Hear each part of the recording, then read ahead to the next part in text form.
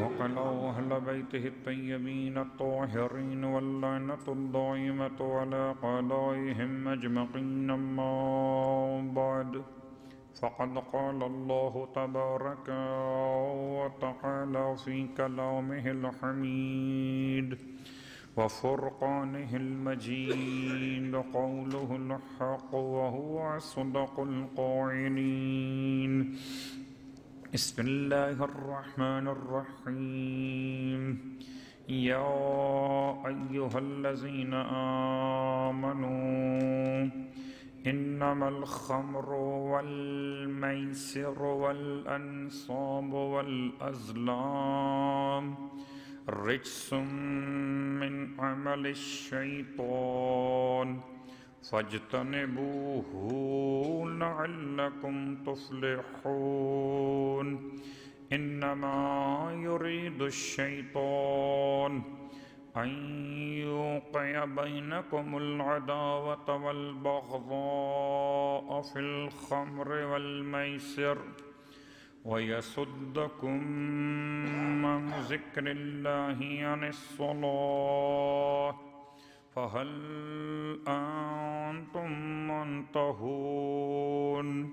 وأطيعوا الله وأطيعوا الرسول واحذروا فإن توليتم فاعلموا أنما على رسولنا البلاغ المبين.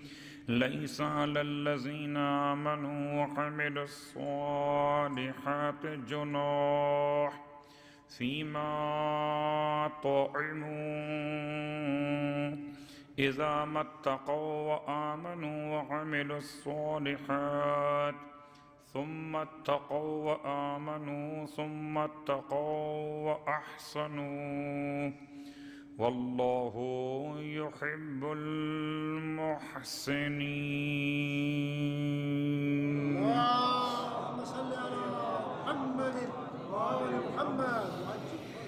تمام تعریفیں اس پروردگار عالم کے لیے جس نے انسان کی کامیابی ترقی کے لیے خبائث کو حرام قرار دیا اور طیبات کو حلال قرار دیا، اور تمام ہدیہ درود و سلام و نزوات مقدسات کے لیے کہ جن کی تعلیمات کی برکتوں نے خبائث کو خبائث کے عنوان میں سمجھایا اور طیبات کو طیبات کے عنوان میں سمجھا دیا. الحمدللہ الذی جعلنا من المتمسکین بالقرآن العظیم وجعلنا من المتمسکین بولایت علی بن ابی طالب علیہ السلام، وجعلنا وإياكم إن شاء الله من الطالبين بثأر الحسين مع ولي الحسين الإمام المهدي من آل محمد علیہم السلام.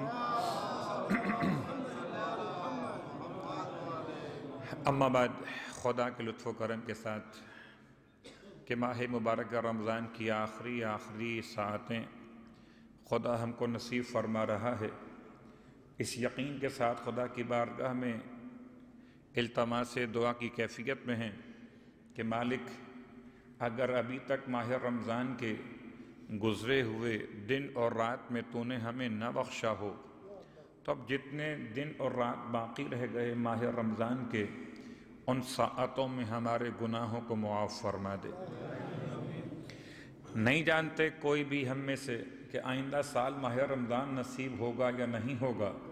پروردگار، اگر تو نے فیصلہ کر لیا ہو کہ اگلے ماہ رمضان سے پہلے تو ہماری موت کا حکم نافذ کرنے والا ہے، تو پروردگار ہمیں مرحومین میں قرار دینا، محرومین میں قرار نہ دینا. آئیے اس دعا کی کیفیت کے ساتھ سورہ مبارکہ المائدہ کی تفسیر سے آپ کی خدمت معظم میں ایک ادنا سے طالب علم کی حیثیت لیے ہوئے اس یقین کے ساتھ حاضر خدمت کہ بارگاہ رسالت اور بارگاہ وارث قرآن میں ایک حرف بھی شرف قبولیت پا گیا، تو سارے اعمال کی قبولیت کا سامان یہیں سے فراہم ہو جائے گا۔ شاید کہ خدا ہمارے اعمال کو اس مقام پر پہنچا دے کہ خدا ہمیں میثم تمار کی شفاعت نصیب فرما دے۔ آئیے سورہ مائدہ میں کل ہم وہاں تک بات کو مکمل کر چکے تھے۔ قسم دو قسم کی ہوتی ہے، ایک قسم وہ ہے جو لغو ہے، بے مقصد ہے، بغیر حکمت کے ہے، مذاقن ہے، غصے میں ہے، غلط فہمی کی بنیاد پر ہے۔ اس قسم کے کھانے پر خدا نے اناؤنسمنٹ کیا کہ تم پر کوئی مواخذہ نہیں ہے۔ اور ایک قسم وہ ہے جو مقصد کے تحت ہے، حکمت کے ساتھ ہے، اور جانتے پہچانتے ہوئے انسان کا کسی مباح کام کے بارے میں، کسی مستحب کام کے بارے میں، یا کسی مکروہ امر کو چھوڑنے کے بارے میں قسم کھانا، اور بعد میں قسم کی پیروی نہ کر سکنے کی بنیاد پر قسم توڑ بیٹھنا۔ میں نے قسم کھائی تھی کہ میں مثلاً آپ کو سلام نہیں کروں گا۔ سلام کرنا مستحب ہے، واجب نہیں ہے۔ سلام کا جواب دینا واجب ہے، جواب کی بات نہیں ہے۔ میں نے سلام کرنے میں قسم کھائی تھی، لیکن پھر سلام کر بیٹھا آپ کو تو قسم ٹوٹ گئی۔ یا مثال کے طور پر میں 5 گلاس پانی نہیں پیوں گا، 4 گلاس پانی پیوں گا، قسم کھا لی، تو یہ مباحات میں سے ہے۔ تو قسم کھانے کے بعد اس کو توڑ دینا، اس کا کفارہ خدا نے بیان کیا۔ کل وہ بات مکمل ہو چکی کہ کفارہ کتنی طریقوں سے ادا ہو سکتا ہے۔ اس کے بعد اب برحلہ قسم کے بعد ایک اور قسم ہے جو محرمات میں سے خاص طور سے قرآن نے بیان کی۔ اور پھر آج انداز تخاطب وہی جو کل تھا، یا ایھا الذین آمنوا، اے صاحبان ایمان، خدا بڑا مہربان ہے کہ ایرے غیروں کو خطاب کر کے نہیں کہتا، بلکہ جب بھی بات کرتا ہے تو مومنوں کو اپنے خطاب کے لائق سمجھتا ہے۔ اب مومن خدا کے پیغام کو کب عمل کے لائق سمجھیں گے وہ الگ بات ہے، خدا تو مومنوں کو لائق خطاب سمجھتا ہے۔ اور اس میں کوئی گھبرانے کی بات نہیں ہے۔ بہت سے لوگ گھبراتے ہیں کہ جناب ہم ہی سارے کام کریں گے۔ جی آپ ہی کریں گے، اس لیے کہ باقیوں سے خدا خطاب نہیں کرتا، آپ سے خطاب کرتا ہے۔ تو یہاں خطاب میں خدا کا پیغام کیا ہے، کیا کہنا چاہتا ہے؟ انما الخمر، کبھی کبھار انسان گھبرا جاتا ہے اگر گھر سے کوئی میسج آ جائے، اگر بہت زیادہ تعلقات واضح ہوں تو گھبرا جاتا ہے، کہاں سے یہ ایس ایم ایس آ گیا، خیریت تو گھر میں، شریک حیات نے ایس ایم ایس کر دیا ہے، بیٹے نے ایس ایم ایس کیا، انسان گھبرا گیا کہ آخر سبب کیا ہے۔ کبھی کبھی انسان مس کال کو دیکھ کر کال کر لیتا ہے کہ پوچھ تو لے ہوا کیا ہے گھر کے اندر۔ ایسے خدا نے مس کال نہیں کی ہے، خدا نے تو آپ کو براہ راست کال کی ہے۔ مس کال ہو تب بھی آپ کو چاہیے تھا خدا سے پوچھتے خدا کہنا کیا چاہتا ہے۔ یہاں تو خدا نے اپنا کلام خود ہی بتا دیا کہ کہنا کیا چاہتا ہے۔ آپ کا بیلنس ضائع، صلوات پڑھے محمد و آل محمد۔ یا ایھا الذین آمنوا کہہ کر آیت رکی نہیں ہے، بلکہ آگے پیغام ہے انما الخمر، انما کلمہ حصر ہے، ایسا کلمہ ہے کہ جو حدود کو، محدودیت کو سمجھاتا ہے اپنے بعد آنے والے کسی بھی اسم یا پیغام کی۔ انما خاص طور سے اور صرف الخمر والمیسر والانصاب والازلام، 4 چیزیں ہیں۔ 4 کا ترجمہ کیا ہے؟ پہلے ہے خمر، خمر کا ترجمہ ہے شراب۔ اردو کے اعتبار سے اس سے آسان ترجمہ ممکن نہیں ہے، شراب۔ اس کے بعد والمیسر، اور میسر کسے کہتے ہیں؟ کہ میسر کہتے ہیں اس کیفیت کو کہ جہاں انسان جوا کھیلتا ہو، قمار بازی۔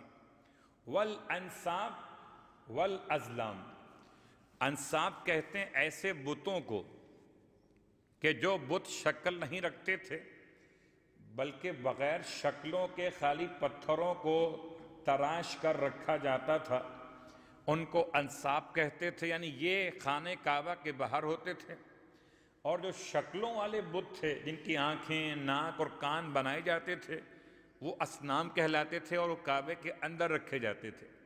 جو کعبے کے باہر تھے وہ انصاب تھے، نصب کی جمع، اور جو کعبے کے اندر تھے وہ اصنام تھے، صنم کی جمع۔ اس کے بعد والازلام، ازلام وہی جو آپ سن چکے اس سے پہلے۔ کیا سن چکے؟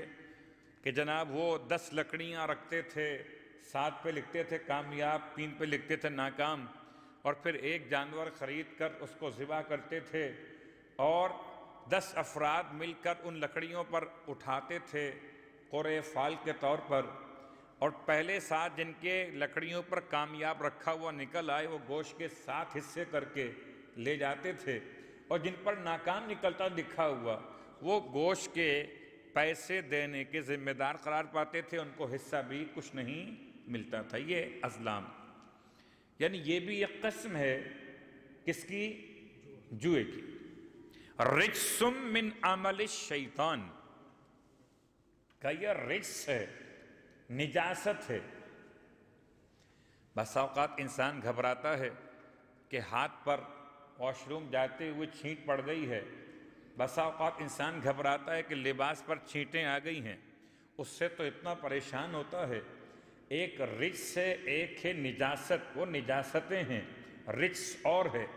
رجس من عمل الشیطان، یہ رجس ہے اور اس کا تعلق شیطان کے اعمال سے ہے۔ یہ 4 چیزیں، فاجتنبوہ، پس تمہیں چاہیے کہ اس سے اجتناب کرو۔ روایتیں تفسیر در منصور میں روایت بیان کی گئی، سعد بن ابی وقاص، یہ جو صحابی اللہ کا رسول کے کہلاتے ہیں، عمر سعد کے والد سعد بن ابی وقاص کہتے ہیں ایک مرتبہ ہم کسی کے گھر میں دعوت میں شریک تھے کھانے پر، اور کھانا کھانے کے بعد اس صاحب خانہ نے شراب رکھی تھی، اور ہم سب نے شراب پی لی، ہم سب نے، وہ کہتے ہیں شراب پی لی، اور شراب پینے کے بعد سب کے سب اب دماغ جب گرم ہوا شراب پینے کے بعد تو لگے فخر و مباحات کرنے کہ میں فلاں کی اولاد، میں فلاں کی اولاد، میں فلاں کی اولاد، اور تمہیں کیا معلوم تمہاری کیا حیثیت ہے، میں تو فلاں۔ کہتے بات اتنی بڑھی کہ ایک شخص نے مجھے کھینچ کر جانور کی ہڈی میری ناک پہ مار دی، اس سے ناک پہ زخم ہو گیا۔ یعنی شراب کے بعد کے اثرات کو روایت نے بیان کیا، اور کہتا ہے میں زخمی ناک لیے ہوئے پیغمبر اکرم صلی اللہ علیہ وآلہ کی بارگاہ میں پہنچا اور ان سے معاجرہ بیان کیا، تو یہ آیت نازل ہوئی شراب سے متعلق۔ پورے قرآن میں 3 خاص مقامات پر گفتگو ہوئی ہے۔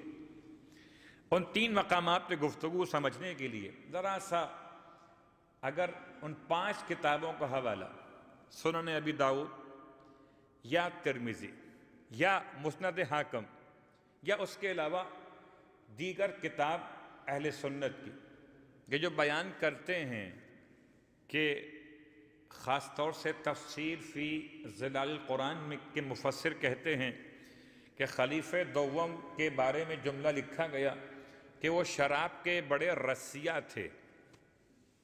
میں ویسی اردو بیان کر رہا ہوں کہ تاکہ بات بھی مکمل ہو جائے اور زیادہ وضاحت بھی مجھے کرنی نہ پڑے۔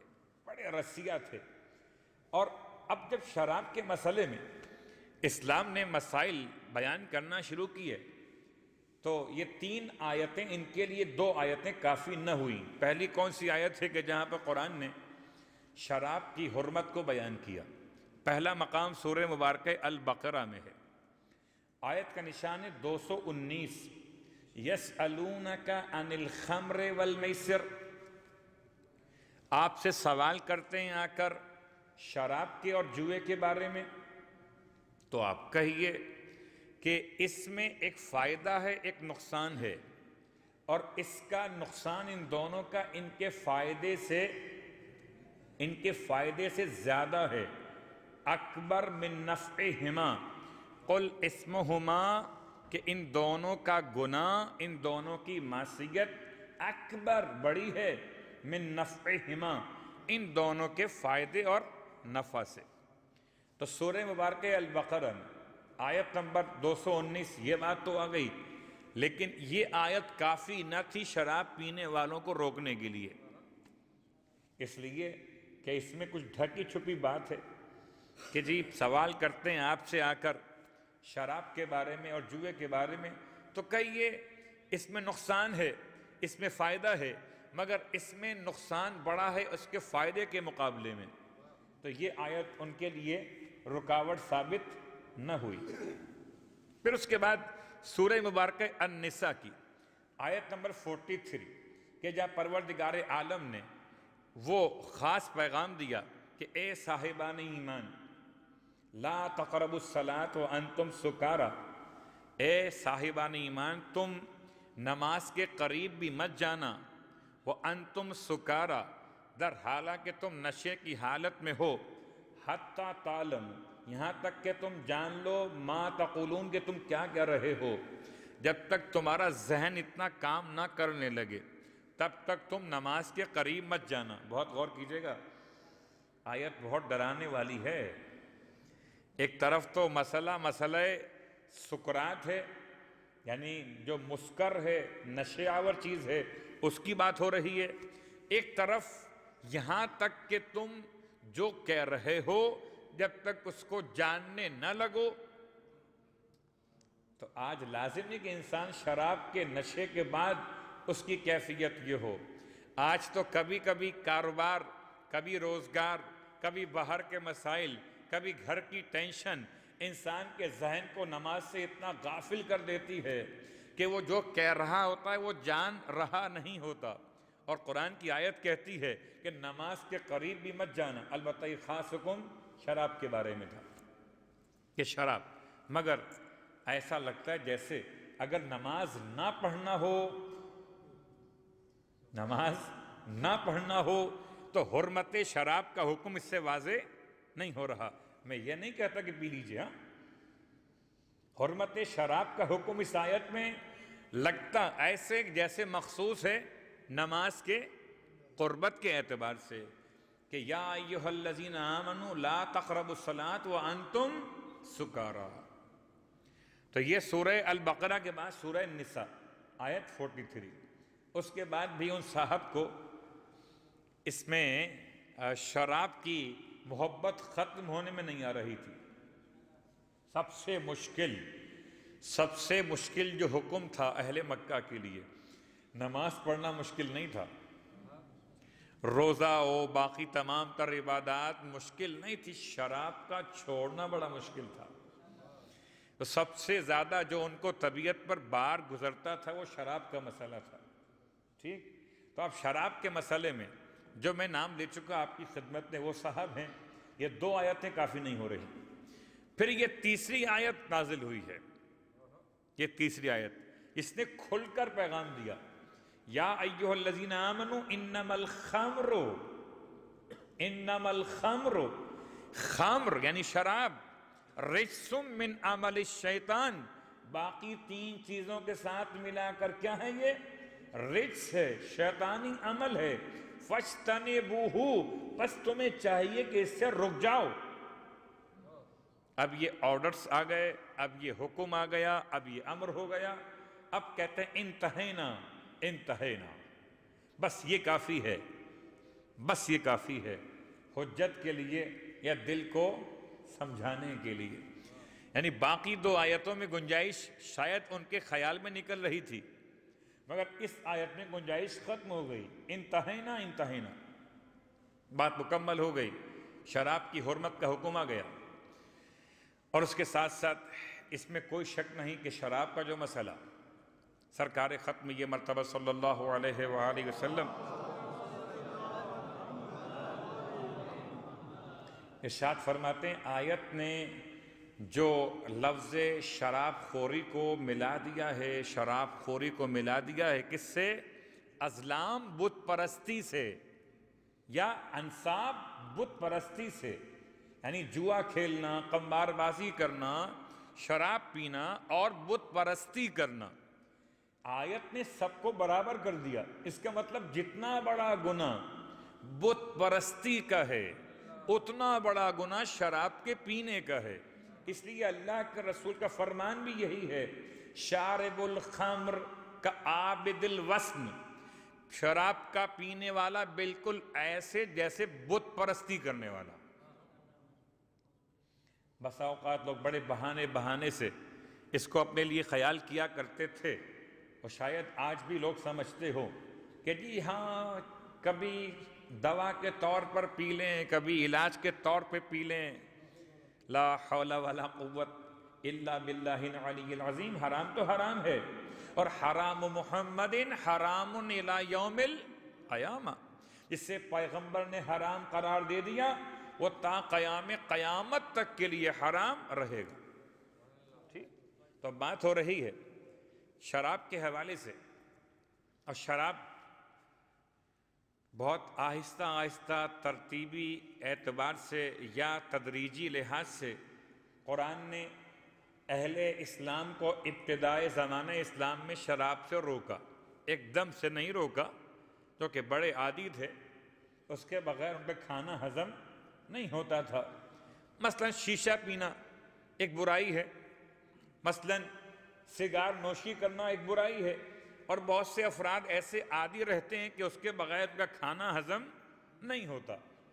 تو ایسے لگتا کچھ ہے پڑھ کر شراب کی تاریخ کو کہ اس زمانے کے کافروں کا کھانا ہضم نہیں ہوتا تھا جب تک شراب نہ پی لیں۔ اس لیے شریعت نے آہستہ آہستہ ان کو شراب کی حرمت کا پیغام پہنچایا، 3 حصوں میں بات کو مکمل کیا تاکہ شراب سے یہ الگ ہو جائیں۔ اور پھر اس میں کوئی شک نہیں کہ قرآن نے اتنی تاکید کی کہ اگر آپ غور کریں تو پہلے رجس کہا، بت پرستی کے ساتھ ملانے کے بعد رجس کہا، پھر عمل شیطان کہا، پھر فَاجْتَنِبُوهُ کہہ کر حکم دیا اجتناب کا، پھر لَعَلَّكُمْ تُفْلِحُونَ کہہ کر کامیابی کی خبر پہنچائی شراب کے چھوڑنے پر۔ اس کے بعد آخر شراب میں نقصان کیا ہے؟ کبھی کبھار انسان سوچتا ہے نقصان کیا ہے شراب میں، تو قرآن اپنے مقام پر کہتا ہو ہمیں بات سمجھ میں نہیں آتی، نقصان کیا ہے؟ تو خود خداوند عالم نے اگلی آیت میں شراب کا نقصان بتایا۔ انما یرید الشیطان، کہ شیطان کا ارادہ یہ ہے، انما صرف و صرف شیطان کا ارادہ یہ ہے کہ ان یوقع بینکم العداوۃ والبغضاء فی الخمر والمیسر، کہ تمہارے درمیان ڈال دے بغاوت اور دشمنی کو، عداوت اور بغض کو ڈال دے، فی الخمر شراب کے ذریعے سے، والمیسر اور جوئے اور قمار بازی کے ذریعے سے۔ لیکن یہاں پر بہت سے لوگ خیال کرتے ہیں کہ شاید یہ ہم پر تو اثر نہیں کرتی تو ہم تو پی سکتے ہیں، جس کے لیے حرام ہو تو ہو، جس کے دل میں بغض آتا ہو، عداوت آتی ہو۔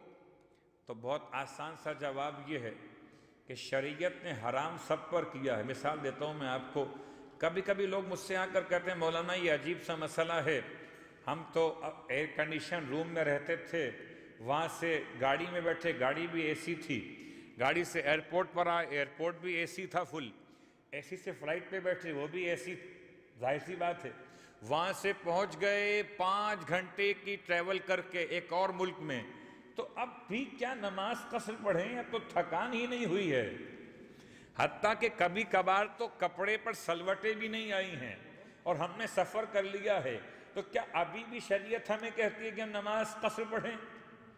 تو بات بڑی آسان سی ہے، شریعت نے سب کے لیے ایک ہی قانون رکھا ہے کہ مسافر ہو تو نماز قصر ہے اور مومن ہو تو شراب حرام ہے، تو اس میں گنجائش نہیں ہے۔ اللہم صلی اللہ علیہ وسلم۔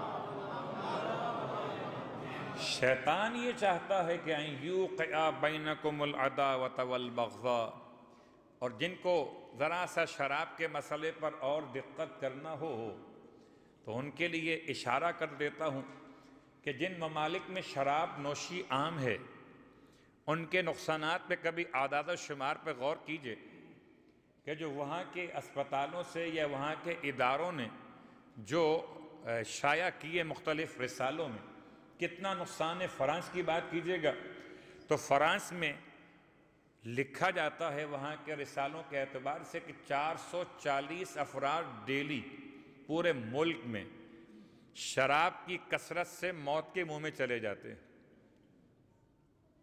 شریعت نے شراب حرام قرار کیوں دی ہے؟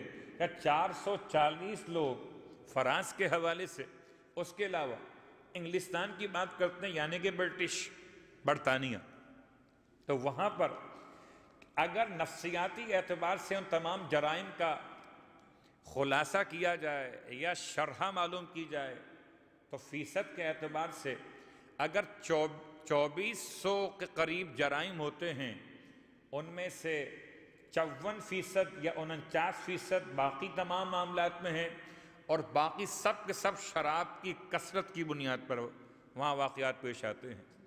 جبکہ امریکہ کی رپورٹ کے اعتبار سے تو اور بھی زیادہ باتیں پہنچی ہوئی ہیں۔ نفسیاتی مریضوں کی تعداد شراب پینے کی بنیاد پر، باقی تمام اور دیگر جو امراض کی بنیاد پر یا دیگر مسائل میں لوگ نفسیاتی مریض ہو جاتے ہیں، اس کے تقابل میں 85% نفسیاتی مریض وہ ہیں جو شراب کی کثرت کی بنیاد پر نفسیاتی مریض ہو گئے۔ اور بہرحال انگریز دانشور یہ لکھتا ہے، کہتا ہے کہ شراب نے شمالی ممالک میں اثر یہ کیا کہ بیوقوف بنا دیا، اور جنوبی ممالک میں اثر یہ کیا کہ ان کو دیوانہ اور بالکل مجنون بنا دیا۔ لیکن کیا کہنے اسلام کے، اس نے شراب کو حرام کر کے مسلمانوں کو دونوں سے بچا لیا۔ شراب کے تمام تر مشروبات جو اس سے متعلق الکحل کے مسائل ہیں کہ سب کے سب جس میں الکحل ہے، شراب کی کیفیت پائی جاتی ہے، اس کو شریعت نے حرام قرار دے دیا۔ اور اب انسان اگر اسلام کے بتائے ہوئے اس قانون کے ساتھ ساتھ ذرا سا قمار بازی یعنی جوا کھیلنا اس پر غور کرے تو اس پر بھی آپ کو اندازہ ہوگا کہ کتنی خودکشی جوئے کے بعد واقع ہوتی ہے، اموات کے اعتبار سے فیصد میں شرح دیکھتے ہوئے۔ اس کے بعد کتنے وہ چوری اور ڈکیتی کے واقعات یا جیب تراشی، ان ممالک میں چوری کم ہوتی ہے جہاں پر سی سی ٹی وی کیمرے بہت کام کر رہے ہوتے ہیں۔ کبھی اگر مغربی ممالک کی آپ کو اندازہ ہو کہ بڑے قانون پسند لوگ ہیں تو ان کے ذرا سی دیر کے لیے لائٹس کو آف کر کے معلوم کر لیجئے، معلوم ہو جائے گا کتنے امن پسند لوگ ہیں۔ تو یہ بعض علاقوں میں ایسے مشاہدات آ چکے، بہرحال یہ بات بہت واضح۔ تو کتنے جرائم، جیب تراش یعنی جیب کا کاٹ لیا جانا، کس کی بنیاد پر؟ جوا کھیلنے کی بنیاد پر۔ کس کی بنیاد پر؟ جنسی جرائم، اخلاقی جرائم، اور اس کے علاوہ مار پیٹ کے واقعات میں کتنا فیصد یہ جوا کھیلنا خود عمل شامل ہے ان تمام معاملات میں۔ کہتے ہیں کہ 4% خودکشی کے واقعات جوا کھیلنے کی بنیاد پر، سب کچھ ہار گئے، مکان ہار گئے، دکان ہار گئے، بسا اوقات تو بیوی کو ہار گئے، جوئے میں کھیلے۔ تو پھر سوائے خودکشی کے بچتا کیا ہے؟ جب کچھ نہیں بچا تو بچا کیا ہے پھر؟ کہ انسان مر جائے۔ لہذا شریعت نے حرام قرار دیا تو چاہے یہ کوئی بھی فگر ہمارے پاس نہ ہو، ہم نہ دیکھیں کہ فرانس میں کیا ہوا، امریکہ میں کیا ہوا، یا برطانیہ میں کیا ہوا، ہم یہ دیکھیں قرآن نے کیا کہا، تب بھی بات کافی ہے۔ صلوات پڑھیں محمد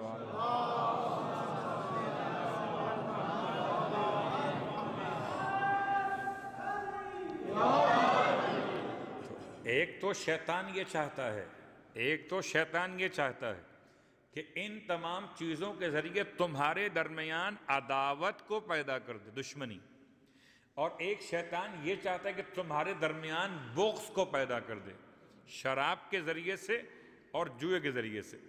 وَيَصُدَّكُمْ عَنْ ذِكْرِ اللَّهِ، اور تمہیں خدا کے ذکر سے روک دے، وَعَنِ الصَّلَاةِ، اور آپ یہ سن چکے کہ نماز پڑھنے کے لیے لا تقربوا الصلاة وانتم سکارا، جب انسان شراب پیے گا تو آیت تو کہتی ہے کہ تم شراب کی حالت میں نماز کے قریب بھی نہ جانا، تو نماز سے بھی تمہیں شیطان روک دے گا۔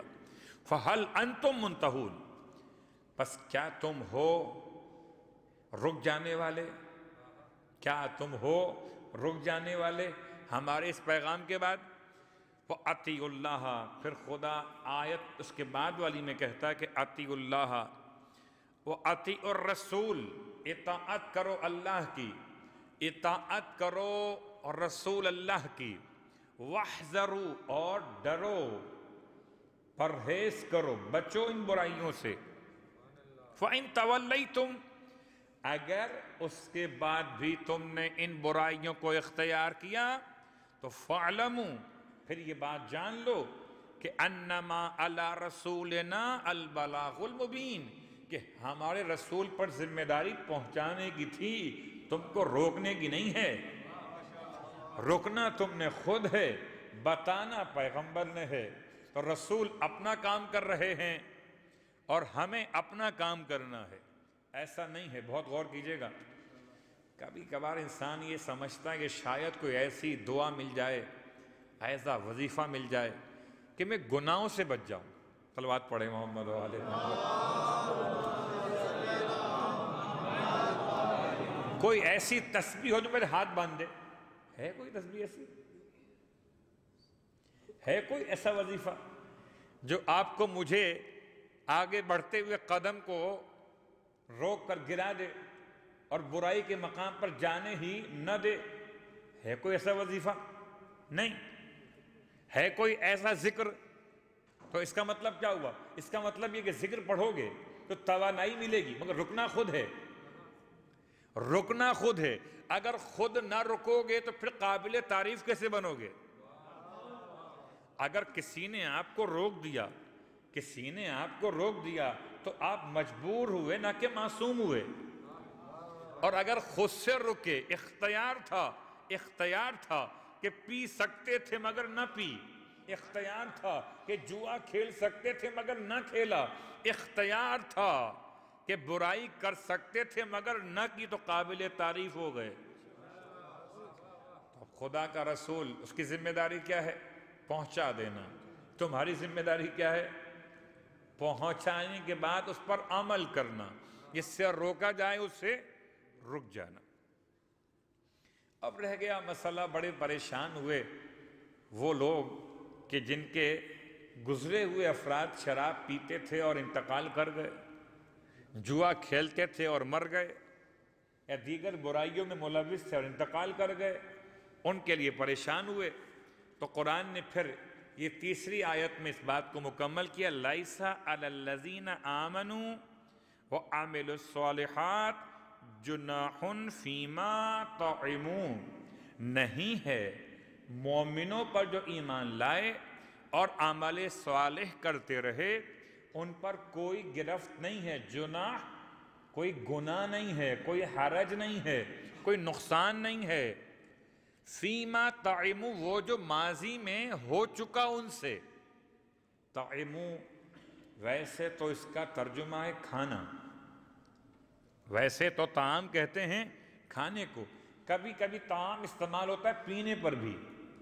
کوئی اس کی مثال ہے؟ جی اس کی مثال ہے سورہ مبارکہ البقرہ میں، وہ جو نہر طالوت کا ذکر ہے، اس میں الفاظ استعمال ہوئے کہ پانی نہر طالوت کا پینا جائز نہیں، فمن شرب منہ، جو اس میں سے پیے، ایک ہتھیلی اٹھا کر، ایک ہاتھ میں لے کر، وہ تو جائز ہے، اس سے زیادہ پینا جائز نہیں ہے۔ تو استعمال ہوا طعمہ، حالانکہ پینا اور ہے، کھانا اور ہے۔ تو کبھی کبھی پینے کے لیے لفظ طعام بھی استعمال کیا گیا۔ ایک جملہ اور کہتا ہوں کہ واقعاً یہ زمزم جو معجزے والا پانی ہے، یہ پانی ایسا ہے کہ اگر اسے بھوکا پی لے تو طعام کے معنی میں استعمال ہو جاتا ہے، یعنی اس کی بھوک کو مٹا۔ صلوات پڑھے محمد و آل محمد۔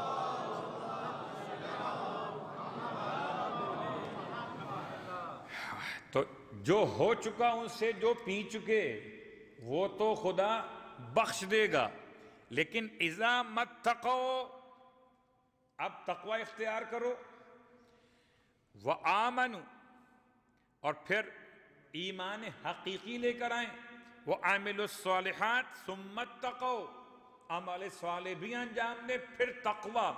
ایک تقوی وہ جو ایمان سے پہلے بنیاد بنے ایمان کے لیے، ایک تقوی وہ جو ایمان کے بعد عمل صالح کی بنیاد بنے، اور ایک تقوی اس کے بعد ہے جو نیکیوں کی بنیاد بنے۔ کیا مطلب؟ یہ 3 مرتبہ غالباً پورے قرآن میں ایسی آیت آپ کو نہیں ملے گی جس میں ایک ہی آیت میں 3 مقام پہ تقوی تقوی تقوی۔ پھر پڑھتا ہوں آیت، لیس علی الذین آمنوا وعملوا الصالحات جناح فیما طعموا، یہ بات تو مکمل ہو گئی۔ اب شرط کیا ہے؟ اذا متقوا وآمنوا وعملوا الصالحات، ایک تقوی یہ، ثم اتقوا وآمنوا، پھر ایک اور تقوی، ثم اتقوا واحسنوا، پھر ایک اور تقوی۔ اس کا مطلب کیا ہے؟ کیا یہ تکرار تقوی برائے تاکید تقوی ہے، یا تکرار تقوی تبیین تقوی مقامات کے اعتبار سے؟ کیا 3 مقامات تقوی کے ہیں؟ پہلا مقام ایمان سے پہلے، ایمان کے رسوخ کے لیے تقوی، پھر دوسرا تقوی ایمان کے بعد عمل صالح واجبات کی انجام دہی کے لیے تقوی، اور تیسرا پھر مستحبات کی انجام دہی کے لیے تقوی احسنوں کے ساتھ۔ کیوں؟ اس لیے کہ اللہ خالی مومنوں کو ہی پسند نہیں کرتا، اللہ خالی متقین عمل صالح کرنے والوں کو ہی پسند نہیں کرتا، بلکہ اللہ کی پسند یہ ہے کہ تم تیسرے مرحلے تک پہنچو، یعنی کہ نیک اور مستحب کام بھی انجام دیتے رہو۔ اور نیک اور مستحب کاموں میں اگر آج شب قدر کے اعمال کی مناسبت، گرچہ شب قدر ہے نہیں لیکن احتمال آخری عشرے میں تلاش کرنے کا حکم، اور آئیے انہی نیک راتوں میں مولائے کائنات علی ابن ابی طالب علیہ السلام کے چاہنے والوں کا ذکر بھی مکمل کریں انتہائی اختصار کے ساتھ۔ مولا کے چاہنے والوں میں کل جناب مالک کا بیان تھا، اور آج ایک اور شخصیت بہت مشہور، بہت معروف، لیکن آج کی شخصیت کے بارے میں میں یہ بات نہیں کہوں گا کہ جانتے بھی ہیں اور نہیں بھی جانتے، بلکہ آج شخصیت وہ جو جانتے بھی ہیں اور پہچانتے بھی ہیں، لیکن اس کے باوجود نادان لوگ عجیب ہیں جو میثم کو چھوڑ کر نصیری کو یاد کرتے ہیں۔ میثم ابن یحییٰ التمار بنی اسد کی ایک خاتون کے غلام ہیں، یہ عجمی ہیں، عربی نہیں ہے۔ پہلی بات تو واضح ہو جائے کہ یہ عرب نہیں تھے، عجم تھے۔ اور ان کی حیثیت کیا ہے؟ ان کی حیثیت کوئی خاندانی، کوئی بہت بڑی شخصیت، امیر کبیر نسل کے کوئی بہت اعلیٰ نہیں، ایسا نہیں تھا، بلکہ غلام تھے، بنی اسد کی ایک عورت کے غلام تھے، اور اس غلام کو مولائے متقیان نے خرید کر آزاد کیا تھا۔ حیرت کی بات ہے، مولا جسے خرید کے آزاد کریں جسم کے اعتبار سے وہ مولا کا غلام ہو جائے، اور جو اپنی گردن کو آزاد کرانا چاہے مولائے متقیان کے نام سے، مولا کا غلام کب بنے گا؟ ہم اور آپ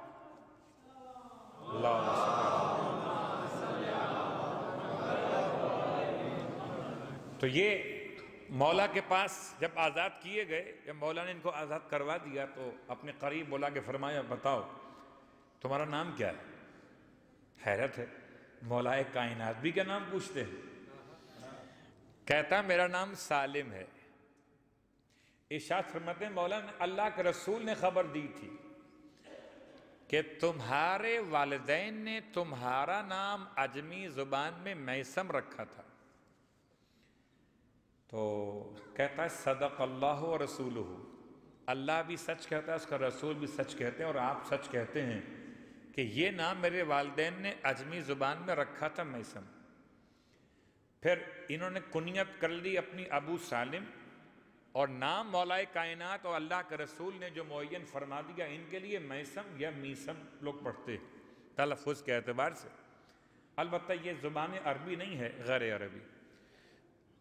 اور اب ان کی شخصیت بہت طویل گفتگو ہو سکتی ہے ان کی موضوع پر تو، لیکن انتہائی اختصار کے ساتھ ایک ایسے مولائی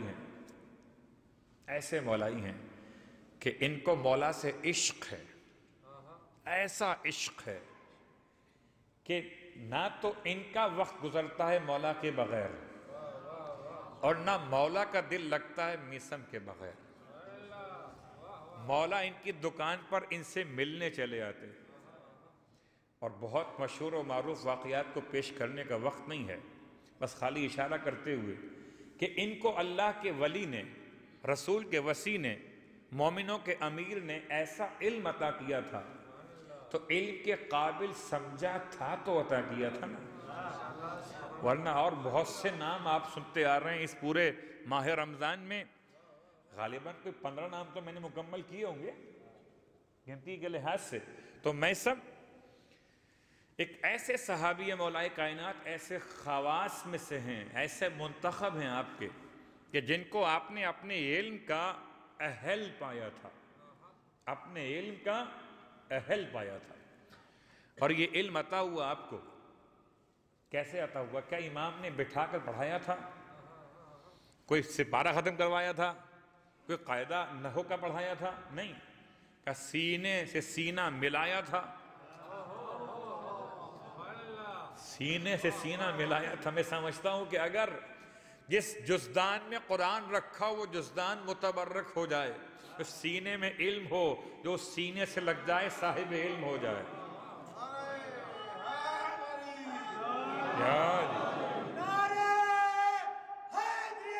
یا علی صاحب علم.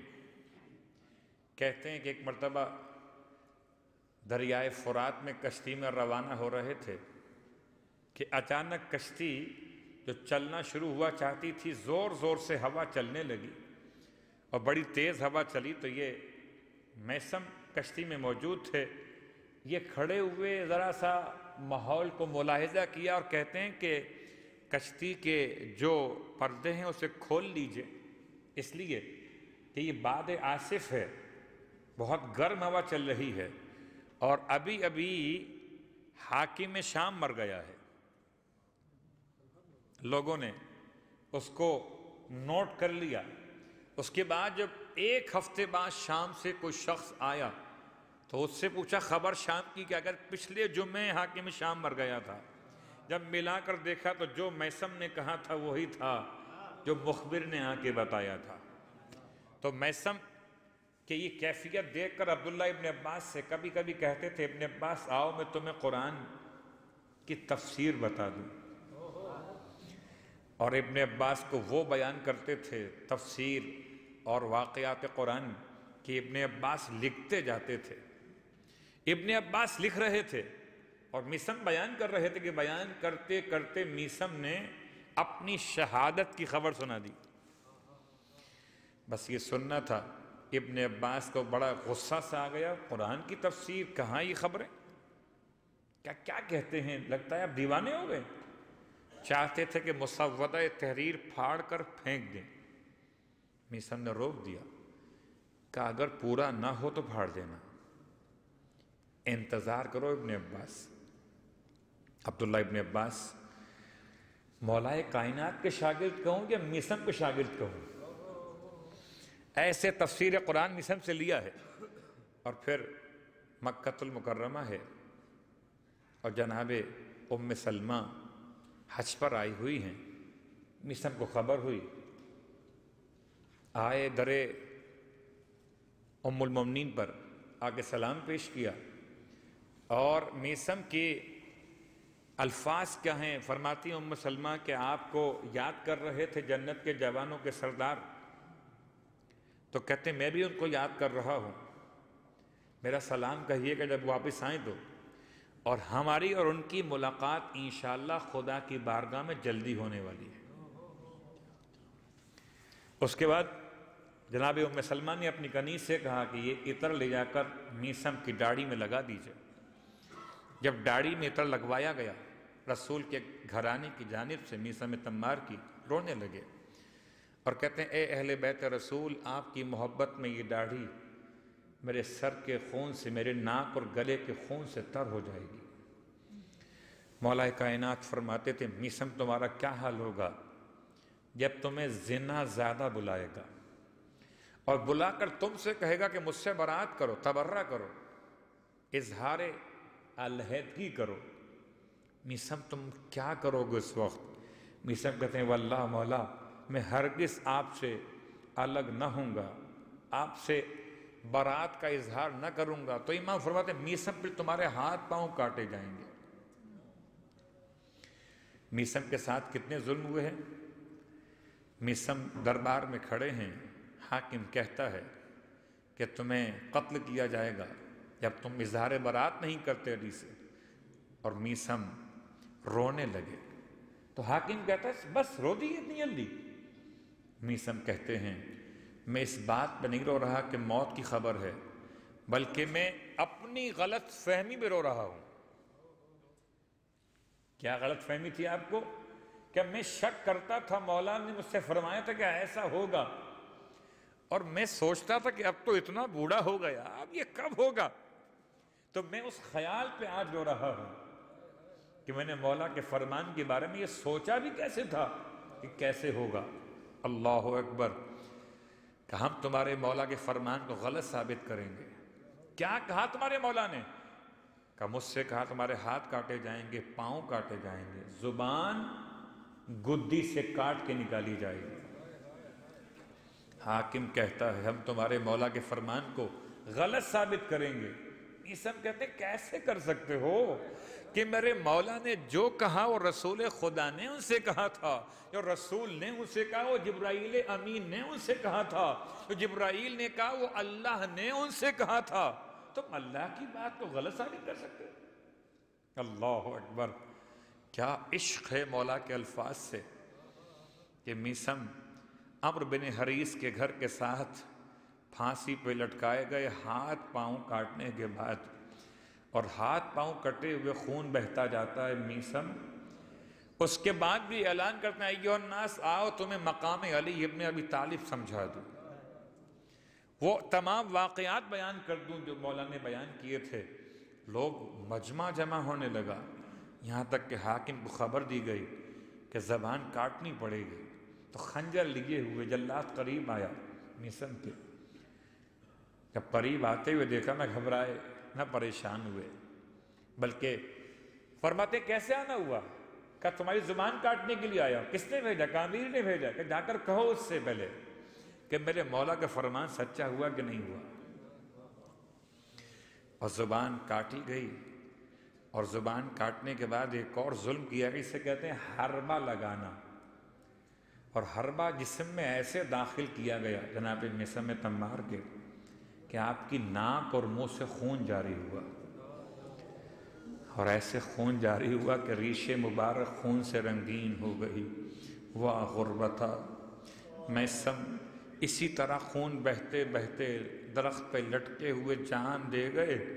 کہتے ہیں کہ میثم تمار کے قبیلے جو کھجور بیچنے والوں کے قبیلے تھے، ان میں بعض افراد نے رات کو پہرے دار جب وہاں بیٹھے ہوئے تھے تو چاہا کہ میثم کی لاش کو اتار کے غسل و کفن کر کے دفن کر دیں۔ جب قریب آئے تو پہرے داروں کی آنکھوں پر خدا نے پردے ڈال دیے، بس میثم کی لاش انہوں نے اتاری تھی اور لاش کو دفنایا تھا، ایسے ہی خدا نے پردے ڈالے لشکر یزید کے سپاہیوں کی آنکھوں پر کہ سید سجاد 12 محرم کو واپس کربلا پہنچ گئے۔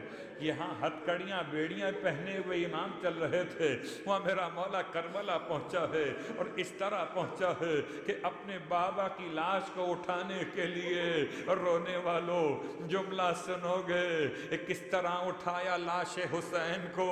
ہائے لاش حسین کو اٹھاتے جاتے تھے اور روتے جاتے تھے۔ قبیلے بنی اسد کے زمیندار کہتے تھے مولا بولا ساری لاشیں پہچان میں آ رہی ہیں، البتہ نہر کے کنارے لاش پڑی ہے، اس کی پہچان نہیں ہو سکتی کہ سر کاٹا گیا ہے، البتہ ایک الگ خصوصیت یہ کہ اس کے دونوں ہاتھ بھی کٹے ہوئے ہیں۔ واہ غربتا!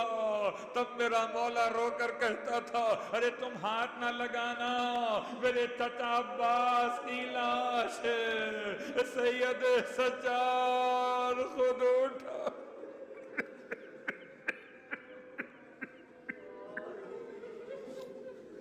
اللہ ولعنۃ اللہ علی القوم الظالمین وسیعلم الذین ظلموا ای منقلب ینقلبون۔ بار اللہ واسطہ محمد و آل محمد کا ہماری اس عبادت کو اپنی بارگاہ میں قبول و مقبول فرما۔ بار اللہ واسطہ محمد و آل محمد کا حاضرین مجلس کی جائز خواہشات کو پورا فرما۔ پروردگار اب تک جتنے اعمال کیے گئے، جو آج کے اعمال بھی ہیں، تمام اعمال کو، تمام تلاوت قرآن، روزے اور نمازوں کو اپنی بارگاہ میں مقبول و منظور فرما۔ بار اللہ واسطہ محمد و آل محمد کا امام زمانہ علیہ السلام کے ظہور میں تعجیل فرما، اور ہم سب کو امام علیہ السلام کے ادنا ترین خدمت گزاروں میں شامل فرما۔ انشاءاللہ آج کی رات کے اعمال کے حوالے سے آپ کی خدمت میں پھر یہ درخواست پہنچا دوں کہ آج کی رات ان راتوں میں شامل ہے جو آخری عشرے کی طاق راتیں کہی جاتی ہیں، اور اس رات میں احتمال شب قدر کی بنیاد پر یا روایت دیگر کی بنیاد پر کہ تلاش کرو آخری عشرے کی طاق راتوں میں شب قدر کو، انشاءاللہ اس یقین کے ساتھ کہ آج کی رات پچھلے 23ویں شب قدر کے اعمال کا شکرانہ بنے اور آئندہ ماہ رمضان شب قدر کے عطا کرنے کا بہانہ بنے۔ آج کی رات انشاءاللہ ہم اعمال کریں گے، اور انتظامی اعتبار سے انشاءاللہ 11:30 بجے تک سارے اعمال مکمل ہو جائیں گے۔ سورہ فاتحہ کی التماس سے آج کی افطار کا انتظام رضا لیلانی فیملی کی جانب سے تھا اور روشن علی لیلانی کی جانب سے تھا، ان کے مرحومین کے لیے۔ Lilani family, Merchant family, Poonawala family, Hamir family, Dharsi family, Nathani family اور حاضرین کے مرحومین، اور سحری کا انتظام ملالہ اور دھانجی فیملی کی جانب سے ان کے مرحومین کے لیے۔ رحم اللہ من قرأ الفاتحہ۔ بسم اللہ الرحمن الرحیم۔